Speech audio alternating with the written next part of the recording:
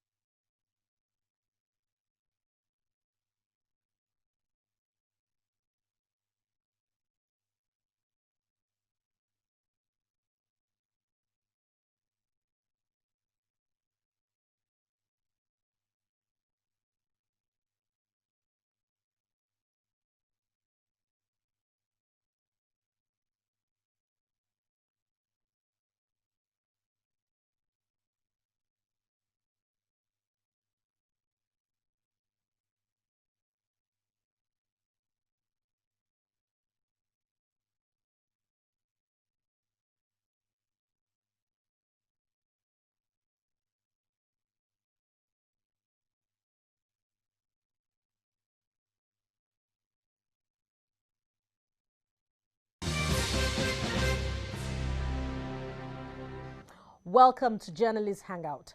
Nigeria is on the edge of a precipice occasioned by worsening insecurity, so it will not be out of place for citizens to feel edgy about the state of things. There were rowdy sessions in both chambers of the National Assembly when the members debated the spate of killings across the country. The uproar on the floor of the Senate and that of the House of Representatives on Wednesday was occasioned by the call for the sack of the service chiefs and creation of state police. The lawmakers, however, resolved to call on all the service chiefs to resign immediately, and if they refused, the president should not hesitate to remove them. Let's hear from one of the senators.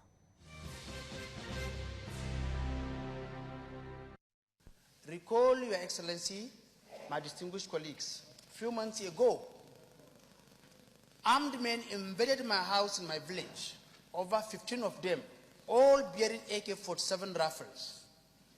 Abducted my stepmother, abducted my two brothers. Villagers came out, confronted them, released my two brothers, and went out with my father's wife, who left behind an 11-day-old baby. Also, Your Excellency, a few months ago, the same bandits came back to my village and killed the ward chairman of my party in my own ward. I am a victim. Michka Madagali, that I represent here today, from 5th November to 11th January, Boko Haram visited that place 9 times. They turned the place into Boko Haram ban. Whenever they run out of food, they stroll into those local governments, cut away their food, cut away their drugs, empty their shops, supermarkets, and take it back to their forest, almost unchallenged.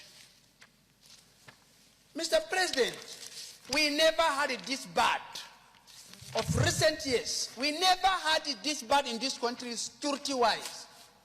Few days ago, you called me to present you at the burial of the current chairman of my local government that was abducted by Boko Haram and killed like an animal. They slaughtered him. I represented you in that burial. Mr. President, a lot of us have spoken here today, but let me add my voice. Going by the budget office from 2012, 2019, the Nigerian military alone received over 4.5 trillion naira. This is a government budget budgeted by the National Assembly. Service-wide vote and other sorts of funding is not inclusive of these funds. So it's not all about funding. How do our military utilize this? On the 3rd of January, when Boko Haram invaded that community, when they were repaired, they camped after Kuburusha Show, a river within Michka.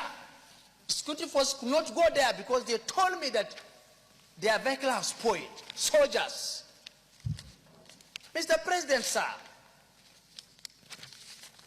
I want to plead. The service chiefs have done their best, but I think they have run out of ideas. When they came in, they came with vigor, they came with force, they came with strength, and we are seeing results. Things have deteriorated. I am calling the service chiefs you appointed on the 13th of July, 2015. As of today, the service chiefs have been in office for 4 years, 6 months. We are talking about overhauling the security architecture. There is grumbling within the military. They are grumbling. Silence is no longer golden here. Let me borrow the word of my sister. Yesterday's we are survivors, are today's victim. Today's survivors are tomorrow's victim. Mr. President needs to reject the security apparatus, and if we need foreign help, we should not be ashamed of asking for foreign help to come and help us. Today, in Borno State, virtually all trunk A roads are shut down in Borno State. Trunk B road are also shut down in Borno State. Nobody dare move. I call on the President Commander-in-Chief of the Armed Forces to look inward. I want to repeat, the security chiefs have done their best. I think it's time to bring in new ideas to come and help this country. Interesting, weighty words there from Senator Elisha Abul. But let the discussion now begin proper. I welcome my guests, Babajide Kolade-Otitoju and Mobolade Omonijo. Welcome to Journalist Hangout. Thank you so much. Yes, I also saw a bit of that session on the floor of the Senate, and the Senate President did well to, to moderate it, despite the fact that the Senator spoke with passion. But the question remains, should the President resign or not in light of prevailing realities? Babajide? Well, I will not demand for his resignation. I will demand for his improvement of security. I would want the president to sit up and do the job that we gave him. I will expect the president to be more proactive. People have told him the truth, but the president prefers to listen to some liars around him. All I want is for the president to look for ways by which he can verify some of the claims that some people make to him. When the president visited Borno State, the traditional ruler, the Shehu of Borno, told the president that they dare not move 20 kilometers outside of the state capital. That anybody who does that risks being killed. The president was listening to him. Because that is the truth. That is the truth. When Abu talked about trunk A roads being closed, it is the truth. You cannot go to any motor park in Maiduguri and tell them that you want to go to Goza. Let us see whether vehicles will readily load passengers and go to Goza. It's not going to happen. The Maiduguri-Damaturu highway now, which used to be the safest. Yes, even now. There are 6 roads leading into Maiduguri, 6 roads from the different states. The safest has always been the Maiduguri-Damaturu highway. Today, it is no longer safe. On Tuesday, they still slaughtered 3 persons there and abducted some. They even abduct soldiers on that road and eventually go and shoot the soldiers or behead them. So this is what is happening. The Maiduguri-Biu road, our people cannot go through that road. They now have to pass through different states to get to Biu. Biu is in southern Borno State. They have to go through Yobe, go through Gombe, go through parts of Adamawa to get to somewhere within their own state. Because if you dare pass through, and at the end of the day, you are going to do like 500 and something kilometers, rather than pass through the road that is less than 200 kilometers. Look at the suffering that our people are going through. There's a friend of, yes, massive costs to their bodies. They are flogging their bodies because they have to move around, but they can't move through safe roads. And the president said that, oh, that he is surprised at the level of insecurity in our country. The only reason he can be surprised is that he's been lied to all the time.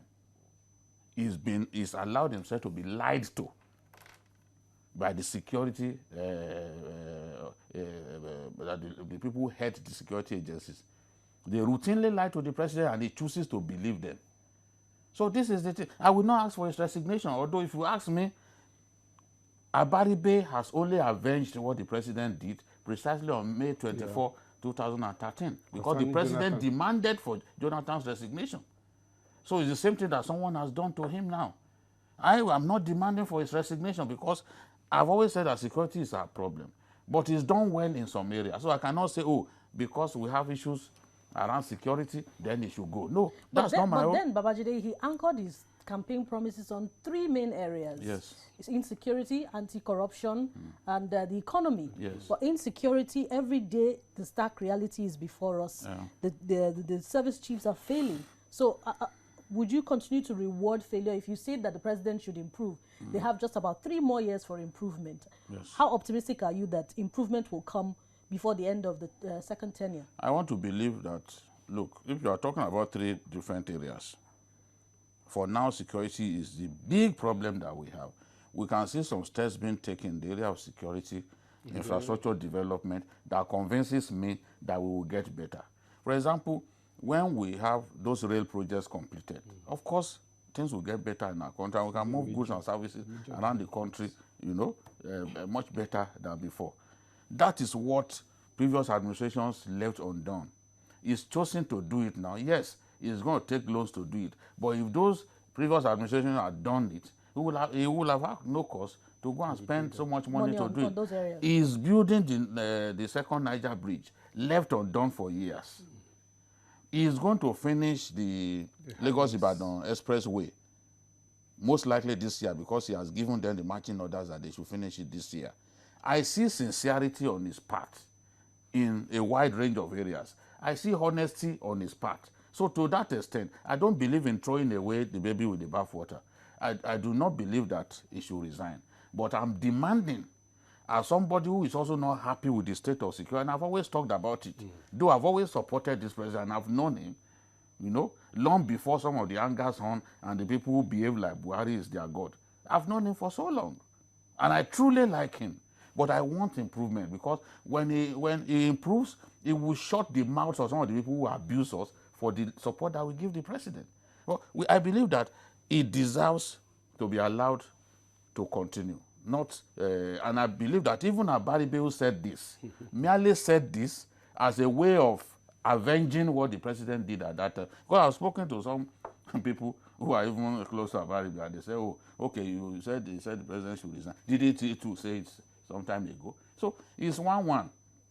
So they don't need to be abusing Abaribe the way they are doing. The president too once said that, you know, and I don't think there was any head banging on the wall when he said it. They just moved on. So the thing is, let there be improvement. And we will have said, okay, the service chiefs, that is about time that they left. I've told this president, but we have a stubborn president. I will say, look, it is even against our law to continue to keep them. And you know it's against our law. But you choose to keep quiet and you're retaining them. When it is clear that we are facing this kind of security challenges, you do not then reward the non-performers. They've done their bit.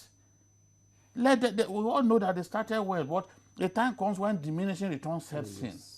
Southampton was in serious problems some time ago. They brought in a new coach. Leicester City was a serious problem under Shakespeare. They brought in Brendan Rodgers. Now everybody can see where Leicester City is now. So this is sometimes when you put someone in a position and he appears lethargic, he's not improving, then there's nothing wrong in putting someone else there. You can't tell me that in a big nation like ours, where we are never short of the right people, you can't say that it's only those guys who can do it. No, you can't say that. I mean, it's an insult to give the impression that, look, you are finding it difficult to put other people there. All right. Less than 24 hours after that session on the floor of the Senate, the president is meeting with the service chiefs. Mobolade, are you optimistic that anything meaningful can come out of this in terms of what Nigerians are expecting, particularly heads rolling at that level? I'm not in a position to speculate on what he will do with them. They've been holding meetings, sometimes twice a week, and nothing comes out of it. So I'm not in a position to say something come out of this now.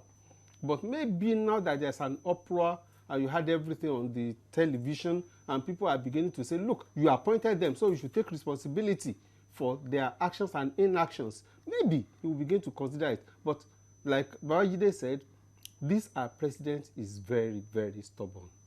In fact, it is when you call for something that he wants to, to hold and say, well, I'm not a weakling. I mean, we've seen him do that a couple of. It's not the first time we call for the removal of the service chiefs. We've been doing that for quite a while now. That these people are through with their tour of duty. Bring in fresh people who will have something to prove.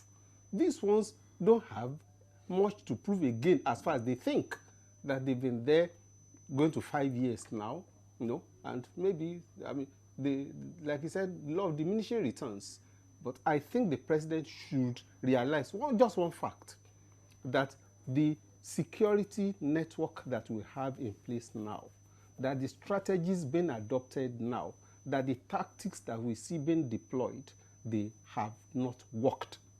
And if it's not worked, then a sympathetic leader who does not like the fact that his people are being slaughtered daily and that a part of the country have suffering as their meals, morning, afternoon, evening, should do something meaningful, something different. We cannot continue to repeat the same thing. We repeat the same thing daily, weekly, and monthly, and we think there will be a difference in results. No, you get the same result, and that's what's been happening to our country. So where are you on the Baribe's call for the president to resign? No. I think it's just a political thing. It's just you don't easily ask the president to resign. It goes beyond, Mr. President, you must resign. It's unprecedented in this country to start with. Then secondly, a whole lot of things go into a president's resignation. The one thing that maybe could easily even have led to that is crippling sickness. But when it comes to things like this, the president is not going to accept that he has failed totally. So he's not going to resign. And you are not in the position to remove him because do you have the political will? Do you have the numbers to do that? And what will be the effect on the polity? You have to consider a number of things. No, I don't think so.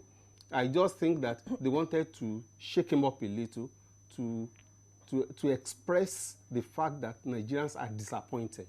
I think that's all they wanted to achieve. And I think he has achieved that to some extent. Now, on the issue of defeating Boko Haram, while the figures quoted by Senator Elisha Abo cannot be independently verified, but then again, the government is spending a lot of money on insecurity, on the war against insurgency. Naturally. Yeah.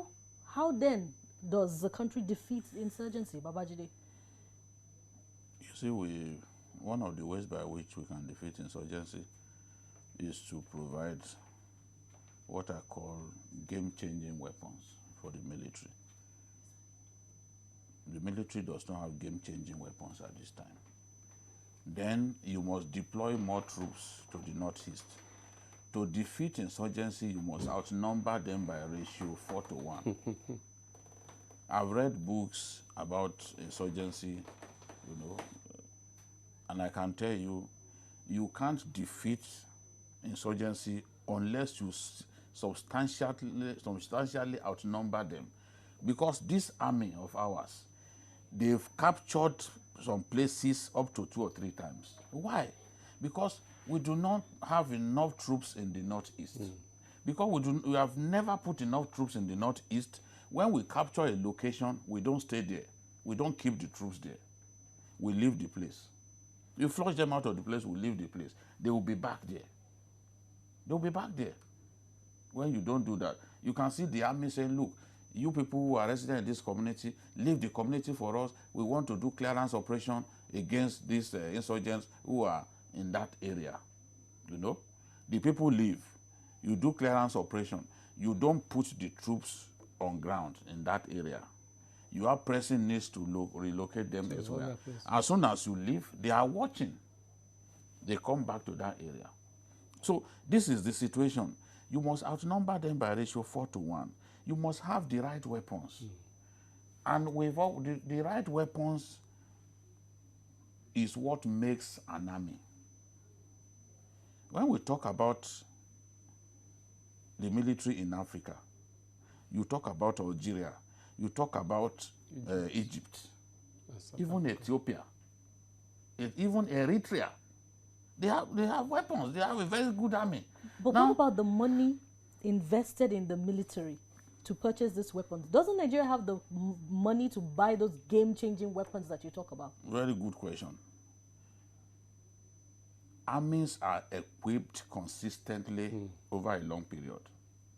It's not simply to wake up today and say, oh, we want to buy this weapon. You will wait for 4 years.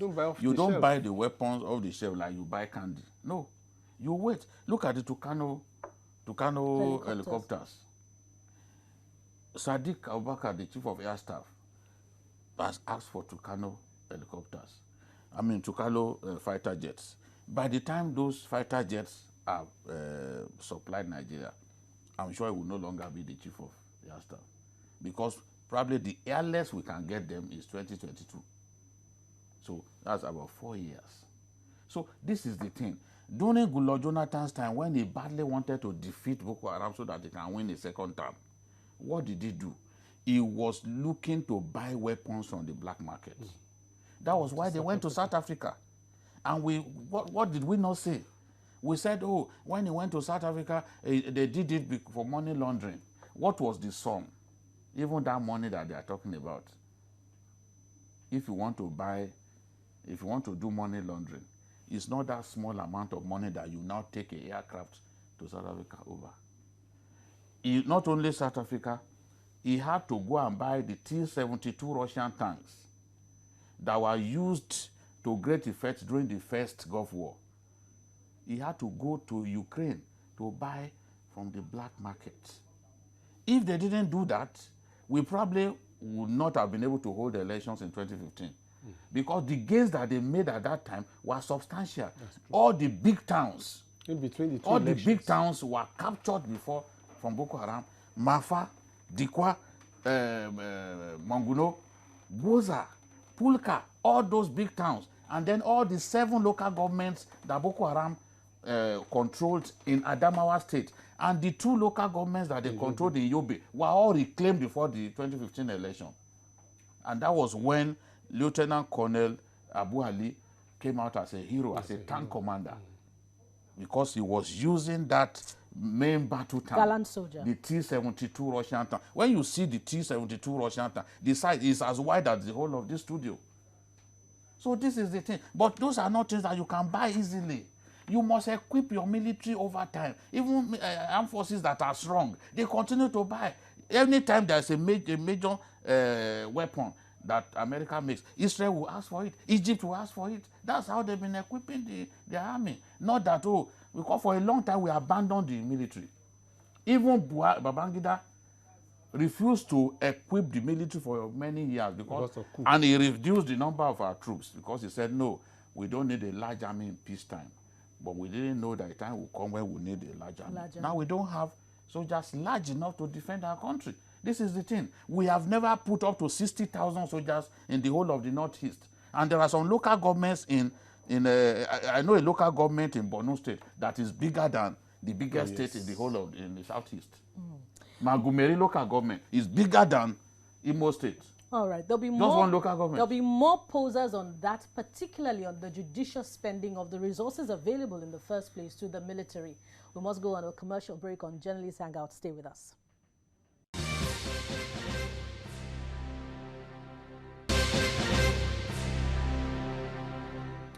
Welcome back to Journalists Hangout. And just before the break, we're looking at the war against insurgency, particularly the rowdy session from the National Assembly, where there were calls for the president to resign and, of course, for the service chiefs to resign. Moving on with the discussion now, Mobolade, talk to us now about how well the military is spending what is available to it. You know, we also heard Senator Elisha Abu speaking about how come, you know, the soldiers do not have certain equipment that they require to fight with. Well, number one, I cannot verify the figures that Senator Abu quoted. I can't. It's a little horrifying. It's a little bit frightening. 4.something trillion naira over a few years. I don't know what the defense budget for those years have been. That will amount to about 4.something trillion. What are budgets even within the period to start with? That's number one. But number two, yes, it is true that our troops, they have always cried out that they don't have enough. They don't have the best. And that they need the required weapons to be able to fight the war, which they don't have. Yes, they have said so. I may sympathize with the military high command that, as we said earlier, these things are not available off the shelf. You make your order, they make it available for you. It takes a period to get them out. So they might be in the process of doing it. But the important thing is that the people who are on harm's line, the people on the war front, they are the ones who bear the brunt. They are the ones who face death. No, these people that they are facing, they don't have rules. Your soldiers, they have rules of engagement that they must keep to. Your soldiers, of course, they want to fight to stay alive, unless when it's absolutely unavoidable. These are people who are even ready to be suicide bombers. Suicide bombers don't even have life. Already they have given out their lives up front before going to the front, as it were. So to that extent, we have problem engaging them. But like Jide said, we need more men. But it's not even men that you recruit overnight too. The training process also takes time. And for a long time, we didn't consistently recruit We into the didn't. army. For a long time, it's like the police too. The police, we didn't recruit people, we didn't equip them. We didn't train them sufficiently. And it's staring us in the face now. Yeah. All that the police should be doing in the states, we deploy soldiers there, and we don't have soldiers now to go to the battlefront. And it's a problem. It's there with us. But 32 states or thereabout, you have the military deployed, doing what the police should essentially be doing. So these are problems, structural problems that we've had over time. But my problem with this administration is that I've not seen a difference. I've not seen a very serious commitment to effecting change. I've not seen it. We want to see. If you have military commanders, for example, who have become lethargic over the years, or even if it's just to make the point, and you bring in new persons who are also not new to war. You are not going to bring a lieutenant colonel to come and command the troops. You are not going to make a colonel the chief of army staff or chief of air staff. You are going to bring people at the level of major general or thereabouts too. So they are not new to it. They want to also make a name for themselves. They want to be seen as people who made a difference where they got there. So let's see. New thinking, new ways, new ideas. But as far as these people are settled in their ways are concerned, it is time to go. I hope, because some of them, if it's statutorily, their retirement age will kick in this year. I hope the president is not thinking. 60 this year. Yes, I know the chief of air staff will be 60 in April. I know the chief of army staff will be 60 in November, but that's a long time. November is a long time. In relation to showing them the exit door, you know, Babajide touched on the president's remarks about being surprised about the rate of insecurity in the country. I also want you to speak to that, Mobolade. What's your reaction to the president's comment?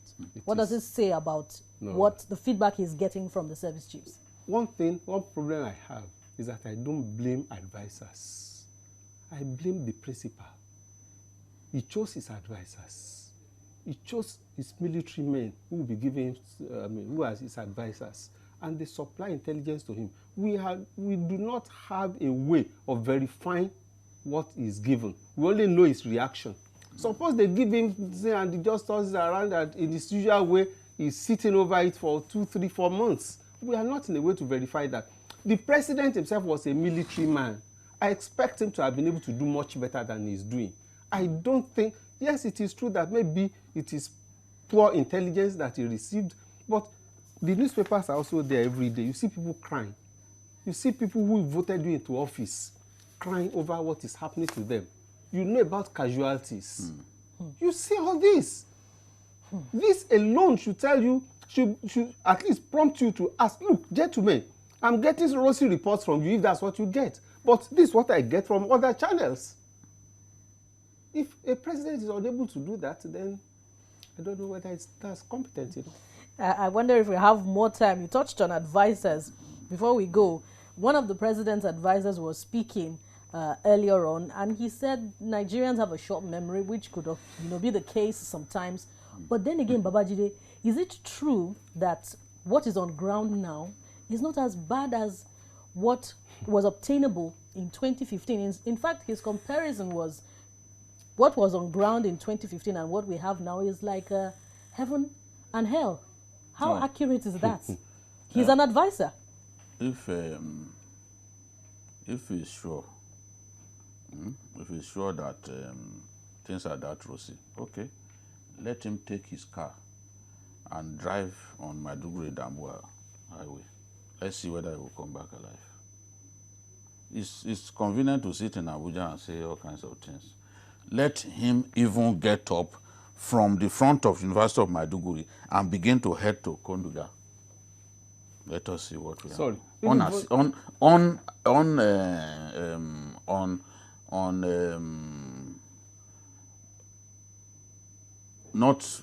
supported or not without security from even the army. Let him just drive through alone. I bet he will not come back alive. You see, in some ways, people will say, yes, we used to have attacks during Christmas. Churches used to be attacked. They are no longer happening. It's something to be happy about. But it also indicates clearly that the enemy changed tactics.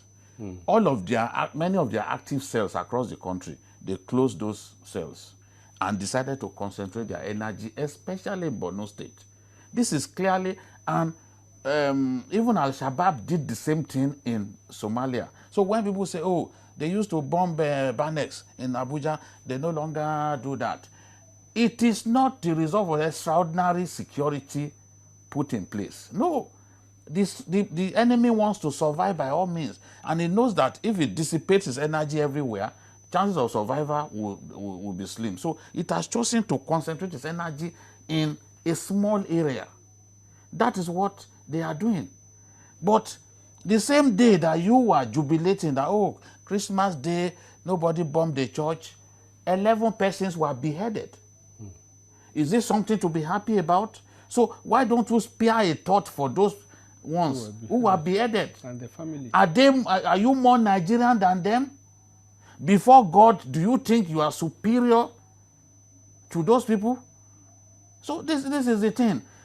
Banditry was not this bad before the advent of this regime. So people can also talk about banditry. Look, I could travel freely, but in those days I could travel freely on those roads. But it's dangerous now. You'll be kidnapped. If we check the records, the rate of kidnapping has gone up significantly in the last 2-3 years. Okay, hold the thought there. We have a caller on the line. Good evening. Good evening. Okay, go ahead. So these are the people who mislead the president. You know, someone complains, you say, oh, they are talking like politicians. Even we, because we have chosen to speak the truth until God calls us, there's nothing they don't say to us. They abuse us. They abuse us, go to social media and write all kinds of trash about us. But if you have made up, if you have a covenant with your God that you want to speak the truth, you speak the truth, no matter what an addition or whoever else says. But this is the thing. I've gone to Borno State more times than I've gone to my state. I've gone to, in the last 3 years, I've gone to Borno State more times than I've gone to Ilorin, where my parents are. All because I want to know what goes on there, and because I feel for the people. So I want to bring the pains of the people to the public glare so that the government can do something. I am not someone who sits in Abuja or Lagos and invents stories and imagines that, oh, everything is rosy. Those are the people lying to the president, and then the president will say, oh, I'm surprised that it is this bad. Of course, you will be surprised because you've been fed a diet of lies over time. So this is the thing. Our president must change. He has to have this attitude of not fully trusting the people around him. Whatever they say to you, try your best to investigate. Look at even train, because people choose not to use the highways in Kaduna now. They're using train. They are beginning to attack the trains. They are beginning to attack the trains. So what is going on?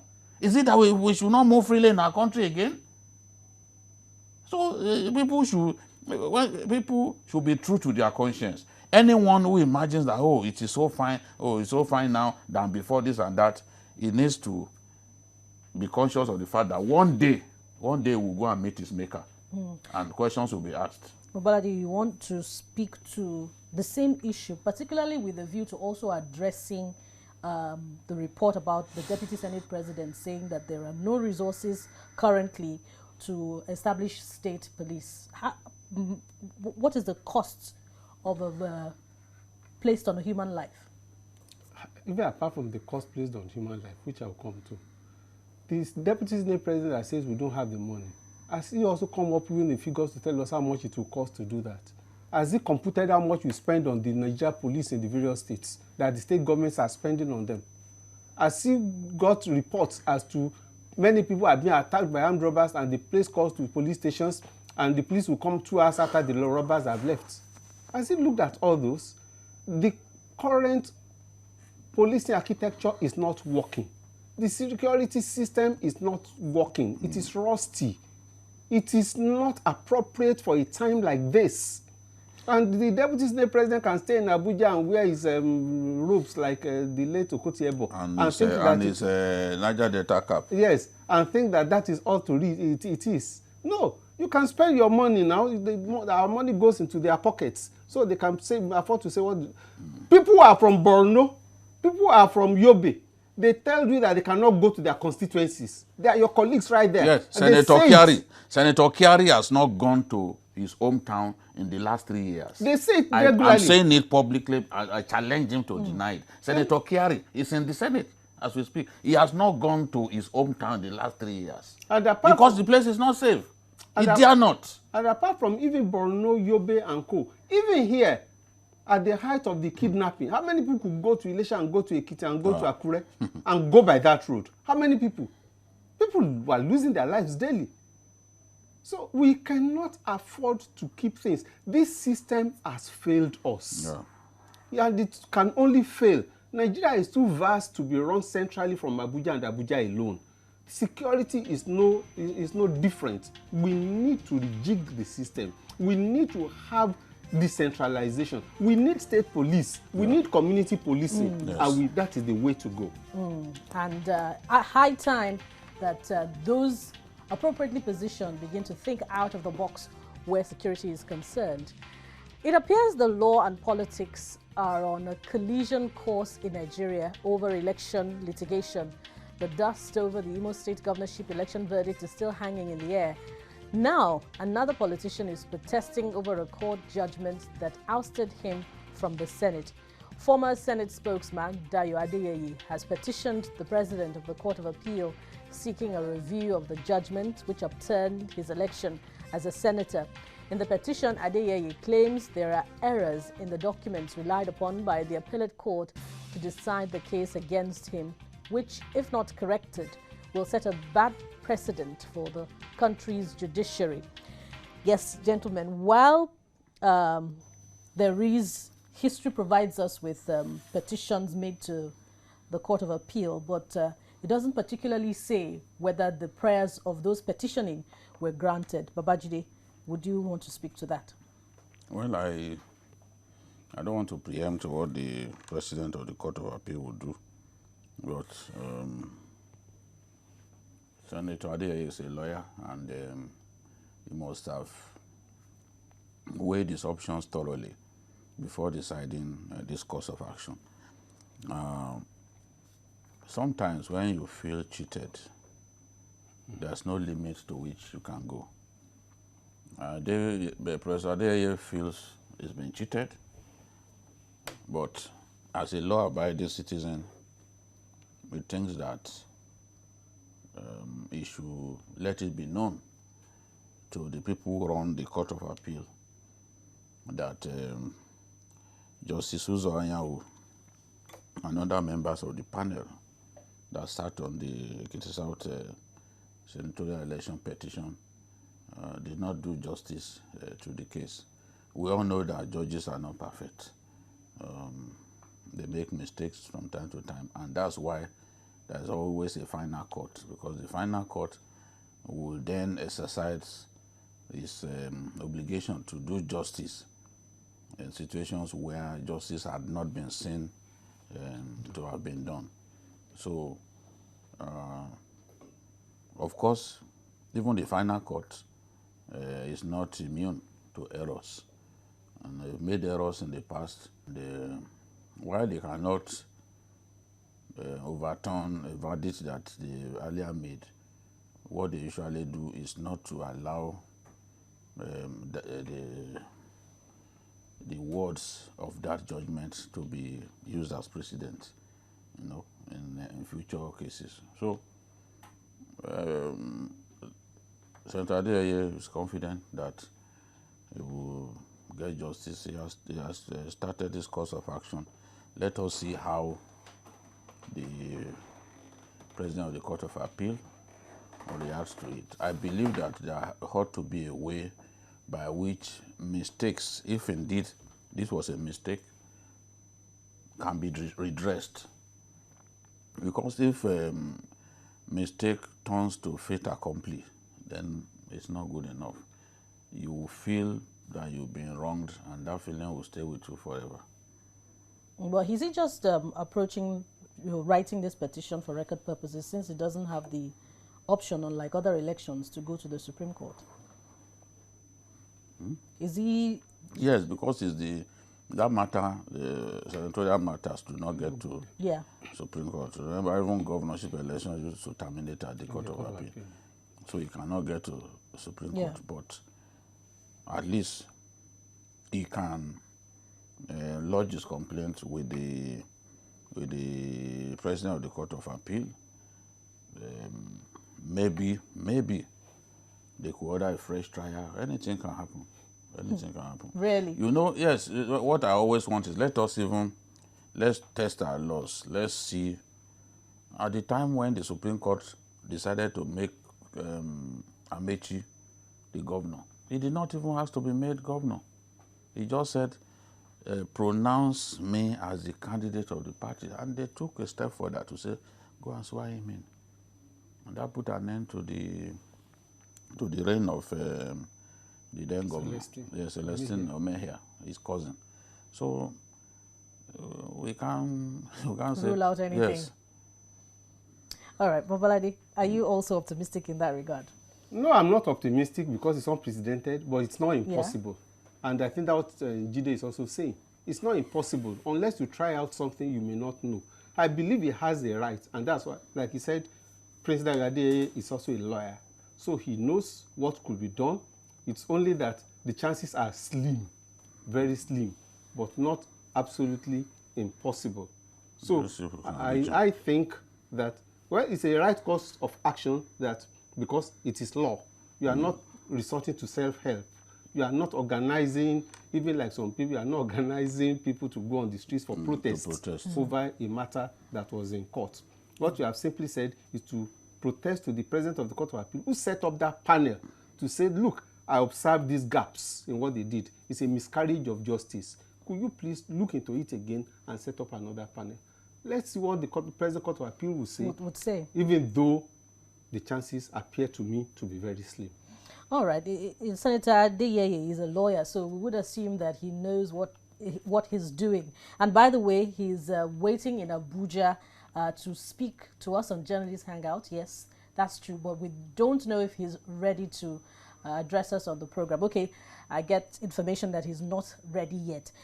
We're back to the issue of examining evidence at the tribunal level, and part of the prayers in Senator Adeye's petition was that the evidence was not well scrutinized. Yes, Babajide, talk to us about that. Did the appeal court sufficiently look at what was brought before it from the tribunal?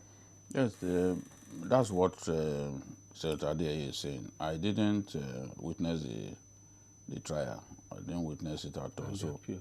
And the appeal. But that's what he's saying, and he has gathered evidence and documents to show that, yes, there was miscarriage of justice. Because if you do not, it is the duty of the trial court to examine evidence brought before it. Once you fail to do that, then miscarriage of justice will happen, because it's not the duty of the appellate court to begin to scrutinize evidence. So if we're saying that the evidence brought before the court was not properly looked at, then it could well be one reason for the Court of Appeal, for the President of the Court of Appeal to take a serious look at that petition. So that is the way I see it. Of course, the President of the Court of Appeal would also listen to the judges that he put on that panel to ask them questions about the way and manner they discharged their duties. But he thinks that the miscarriage of justice was too evident for anyone to overlook. Okay, I'm told now that Senator Kolade-Otitoju is ready to speak with us. Senator Adeyeye is ready to speak with us on Journalist Hangout. Good evening, Senator.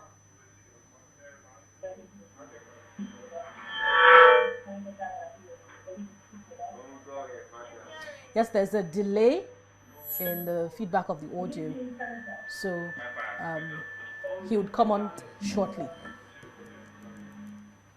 Okay, we'll continue our wait for Senator Adeyeye. We have just a few minutes more. I hope he'll be able to join us. Mobolade, you don't want to address the same subject? Yes, I was looking at part of the petition that was out, and what he said really said, if by rule of law if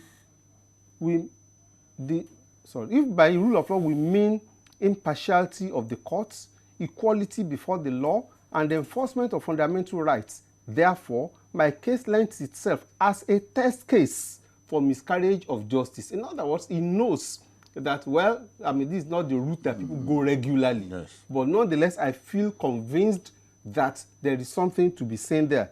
He said, if you look at the results released by INEC, that he scored 17,621 votes, Olujimi scored 53,741 votes, and therefore there was a margin of 23,880 votes. And he alleged that the Court of Appeal did not consider the evidence of 14 witnesses called by him.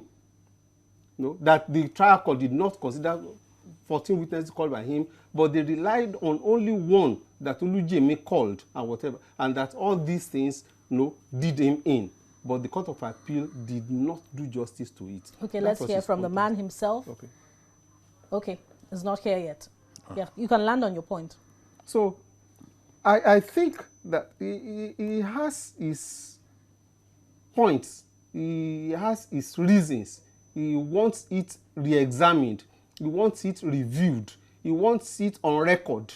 He wants people to know that, look, I've discharged what is expected of me as a law-abiding citizen. Maybe, but it is really unprecedented, unless I'm corrected, that the President Court of Appeal will set up another panel. The first one was set up by him. They were justices of the Court of Appeal. They looked into the matter, and they are deemed to have done justice to the matter. And maybe if another case comes before them, they could begin to look at what has happened. But on this issue, to go back to it and say, look, Justice Uzo Ayanwu and your people, you did not do well, but you can continue to sit on the bench after this matter. Let another people who are more competent to come and look at it. It is not particularly... All right. Babajide, your last words before we go. Yes, that's what I said earlier, that, well, it is not something that we could say has a precedent, but it doesn't take so long to make history. If the evidence is overwhelming, I think that the right thing to do is to take a second look at that matter. I've seen the Supreme Court order fresh trials. Yes, But at yes, the lower courts. yes, at the lower courts, if it felt that no, the trial was not properly handled. Or in this case, if the evidence is overwhelming that there was miscarriage of justice, I don't think it makes sense to allow the miscarriage of justice to stand. So it takes just one day, just one event for history to be made. And I believe that if it is right to take a second look at that case, then the President of the Court of Appeal should just do that. It won't be out of place for a process to be repeated such that when it is done the second time, it can be done better. That's all on Journalist Hangout. You can join us again tomorrow for another edition of the program. You can also watch Journalist Hangout on other platforms showing on your screen and on YouTube at youtube.com/TVC News Nigeria. Our feedback channel is Journalist Hangout at tvcnews.tv. I am Bukola Samuel Wemimo. Bye for now, and God bless Nigeria.